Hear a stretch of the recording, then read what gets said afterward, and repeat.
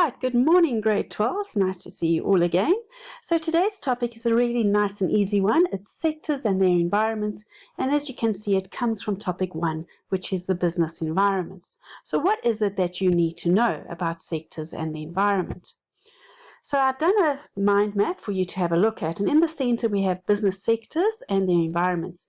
Basically, we are going to need to know the 3 types of sectors: our primary sector, secondary, and tertiary.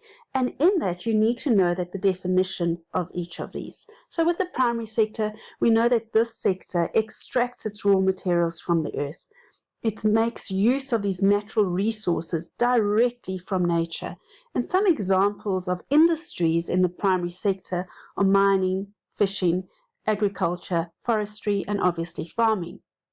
The second sector is the secondary sector, and this is responsible for changing these raw materials into useful products. So it's about manufacturing, and industries in the secondary sector are manufacturing, building and construction, energy generation, and food processing, like a canning factory. The tertiary sector is responsible for rendering services to the public and to businesses. The services range from transport, banking, and health, so from personal services to corporate services. Examples of industries here would be transportation, banking, insurance, retail stores, entertainment, and obviously tourism. So what is going to be asked of you is that you are going to be given a scenario and you'll need to identify which sector is involved in that scenario. The second part of this topic is the business environments, and what you're going to be asked is what are the challenges that exist in certain business environments and what is the extent of control in each of these. Now remember, when we talk about business environments, there are 3 of them: the micro, the market, and the macro. And the microenvironment, remember, is made up of the vision, the mission, objectives, organizational structure, organizational resources, all the 8 business functions, and the management levels. And within that microenvironment, we need to remember that the business has full control over everything that happens there. So, for example, a business can very easily change their mission or change their long-term objectives. The second environment is the market environment.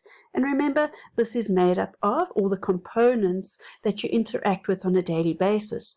So it's your competitors, your customers, your suppliers, intermediaries, and civil society. Now, in this environment, the business only has partial control or less control. And lastly, the macro environment, which is made up of the political, the economical, the environmental, social, technological, and legal sectors. And here, a business simply has no control over what is going to happen.